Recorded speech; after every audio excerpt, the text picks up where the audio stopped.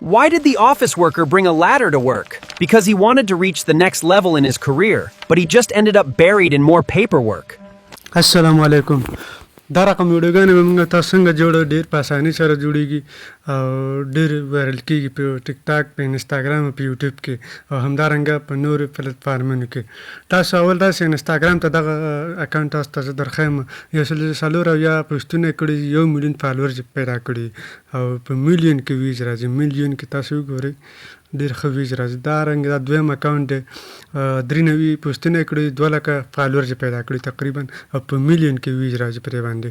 نو تاسو به اول راشئ چټ جي پي ټي ته. کله چې چټ جي پي ټي ته راغلئ دلته پرې 2 لاین باندې کلیک واخلئ.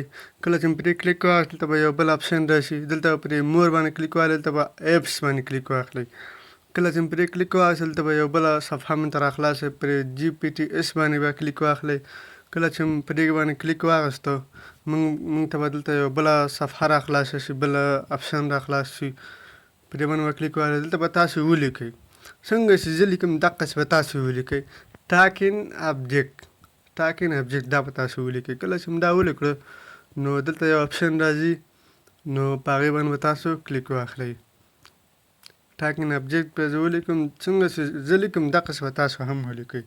کله چې دا ولیکو نو په هغې باندې به کلیک واخلئ. د یو آپشن راځي ابجیکټ ټاګ پرې باندې به کلیک واخلئ. ته به پرې سټارټ چټ باندې کلیک واخلئ. دلته به خالي تاسو ولیکئ سټارټ دا به ولیکئ او دا به ورکړئ. دلته کله چې مو ورکړو دلته اوس موږ ته 2 شیان راکړل ایمیج پرامپټ او ویډیو پرامپټ دا موږ ته راځي.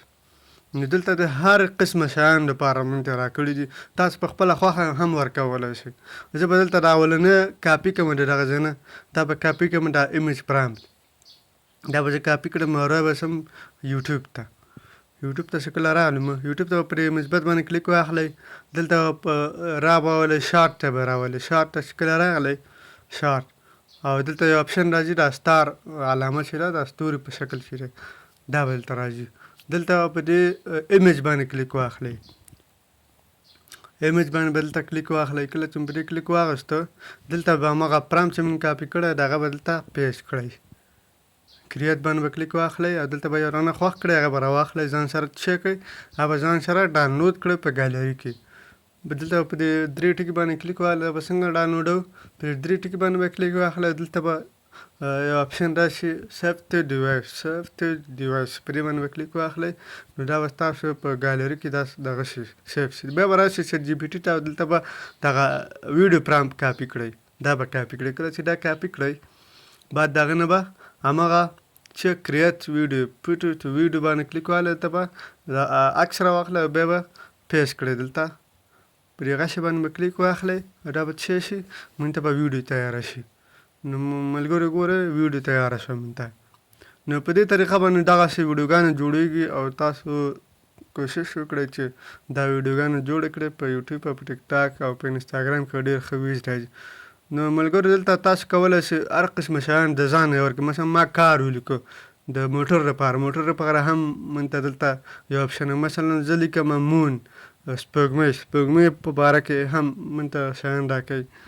هر شی چې ستاسو ذهن ته راځي بس هغه دلته لیکئ. تاسو ته به د هغې په باره کې ایمیج پرامپټ او ویډیو پرامپټ هغه لیکي او هغه به خپل معلومات هغه ورکوي. مثلا زه لیکم شیپ کشتۍ مثلا لیکم نور ډېر شیان چې ګاز دا بس والا همداسې بل نو په دې طریقه باندې تاسو کولی شئ ویډیوګانې جوړې کړئ. زه نورې ویډیوګانې ځکه نه جوړوم چې بیا ویډیو اوږدېږي نو بعض کسان بور کېږي نو په دې خاطر باندې تاسو ته ښه وخت غواړم. چینل سره ضرور سبسکرایب کړئ.